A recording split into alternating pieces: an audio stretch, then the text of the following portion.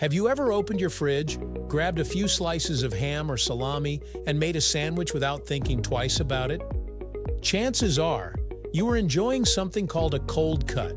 It's such a common food, found in lunchboxes, deli counters, and party platters, yet few people actually stop to ask, what exactly is a cold cut? At first glance, the answer seems obvious. It's meat that's been sliced and served cold. But that simple explanation hides an entire world of food tradition, preservation techniques, and culinary evolution that dates back thousands of years. So today we're slicing deeper, pun intended, into what exactly is a cold cut, and uncover the real story behind it, what they are, how they came to be, and why they've become such a staple around the world. Let's get into it, right here, on History of Simple Things.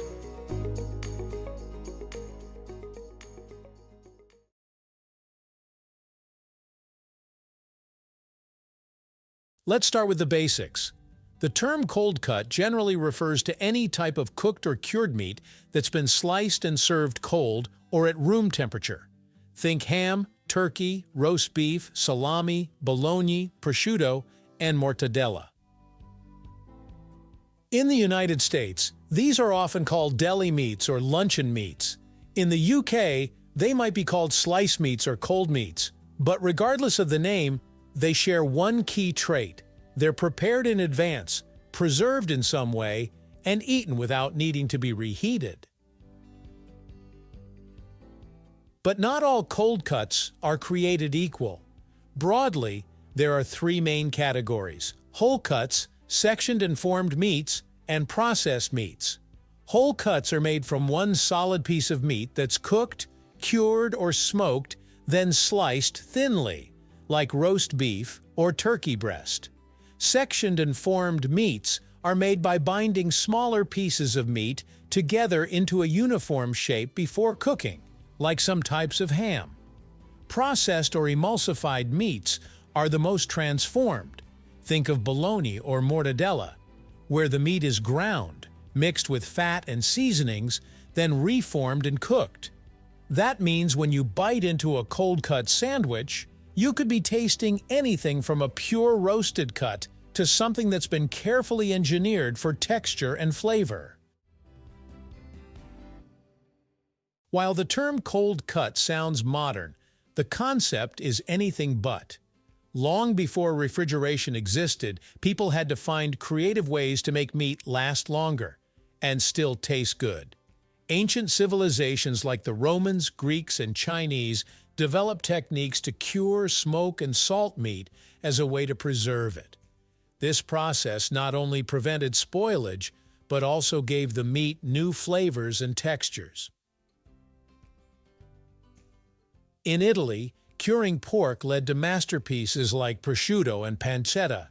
In Germany, sausages became a national art form. In China, air-dried meats like lapyuk, a type of cured pork, became a winter staple. Even in the Middle East, people prepared spiced dried meats that could survive long travels across deserts. Essentially, cold cuts were born out of necessity. A clever human solution to the timeless problem of keeping food fresh before the age of refrigeration. What started as survival food slowly evolved into a culinary delicacy. Over time, different regions began refining their meat-curing methods, introducing local spices, herbs, and techniques that gave rise to unique flavors. In Italy, they perfected the slow curing of hams in mountain air, resulting in silky, sweet, salty prosciutto. In France, charcuterie, the art of prepared meats, became a respected craft. In Germany, smoking meats added not only preservation, but deep, hearty flavors. By the 19th century, these traditions had spread widely through Europe and eventually to America, carried by immigrants who brought their local food customs with them.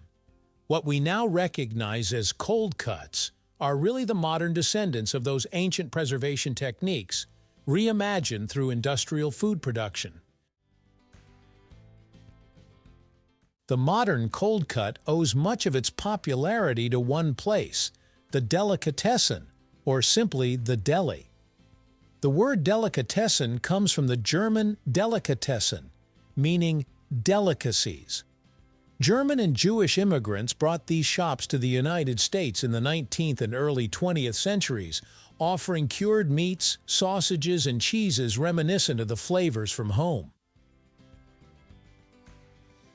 These delis quickly became community staples. They weren't just grocery stops, they were social hubs.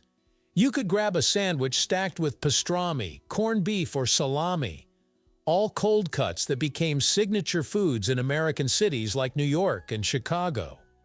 It's fascinating how something once meant to survive long winters became a symbol of comfort and convenience in modern life. Now, depending on how your cold cut is made, its ingredient list can vary a lot. Traditional artisanal meats like prosciutto or roast beef might have just a few ingredients: meat, salt, and thyme. But mass-produced versions can include flavor enhancers, preservatives, binders, and fillers that help maintain texture and shelf life. Some might even include water, starch, or phosphates to keep them juicy and extend freshness. While these additions aren't necessarily harmful, they do make a big difference in taste and nutritional value.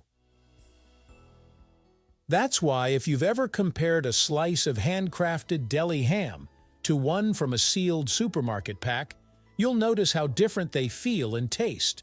One is soft and aromatic, the other is uniform, salty, and sometimes just a little too perfect. So, what exactly is a cold cut? It's far more than just sandwich filling. It's the result of centuries of culinary ingenuity, a fusion of preservation, tradition, and convenience.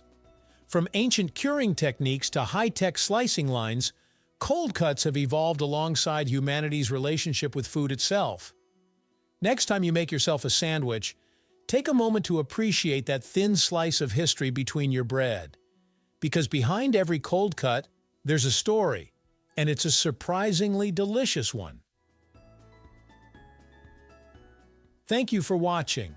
If you have suggestions for our next video, feel free to share them in the comments below. We'll be sure to give you an acknowledgement for your contribution. If you enjoyed this video, please check out our other bingeable channels. Thank you for joining us on this journey through the history of simple things. Don't forget to like, subscribe, and stay tuned for more stories woven through the smallest details.